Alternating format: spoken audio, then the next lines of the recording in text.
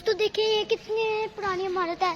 ये बादशाहों का महल होगा जो कि अब टूट गया है और इनको बनाने वाला तो पता नहीं कितने साल पहले दुनिया से रुखसत हो गया होगा, मगर ये इमारत अभी तक कायम है। अभी हम इसके छत पे जाकर देखते हैं कि इसके छत पे कैसा नज़ारा है।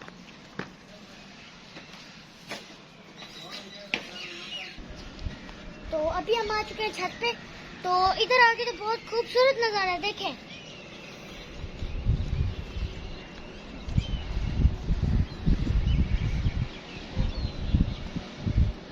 तो देखें इधर से तो बादशाही मस्जिद बहुत करीब नजर आ रही है।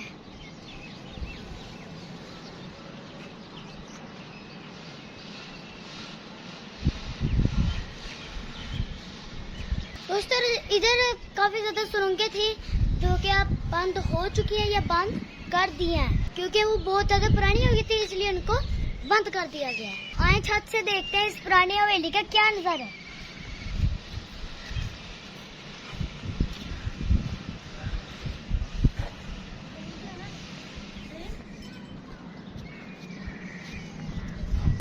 ये तो काफी ज्यादा खंडर बन गया और बहुत खतरनाक भी।